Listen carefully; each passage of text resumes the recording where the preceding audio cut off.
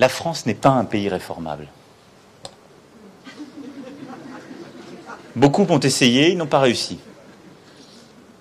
Parce que les Françaises et les Français détestent les réformes. Bon, donc selon notre président, notre pays n'est pas réformable. Et les Français n'acceptent pas les réformes. Et ça, c'est une idée qui commence à s'ancrer profondément. Une idée selon laquelle les Français empêchent toute réforme par leur défiance. Des Français victimes de cette pathologie de la défiance en quelque sorte, qui mettrait le pays dans une situation dans laquelle il ne pourrait plus avancer. Puisque les Français empêchent toute réforme qui sont, comme tout le monde le sait, pour le bien commun. Alors, mine de rien, ce que ça voudrait dire, c'est que le problème, c'est nous. Ce sont les Français. Alors, au-delà du fait que c'est quand même ultra méprisant de la part d'un président envers son peuple, c'est surtout une idée qui ne tient pas debout. Et je vous explique pourquoi. Est-ce que ça ne viendrait pas à l'idée de notre exécutif que le problème viendrait non pas des Français, mais des réformes qu'on leur propose? Peut-être que les Français accepteraient sans rechigner des réformes qui leur profiteraient, tout simplement. Non, parce que là on peut parler de la réforme du Code du travail de 2016 par exemple. On avait une réforme qui pulvérisait les droits des salariés, qui faisait travailler plus, pour moins de protection et pour moins d'argent.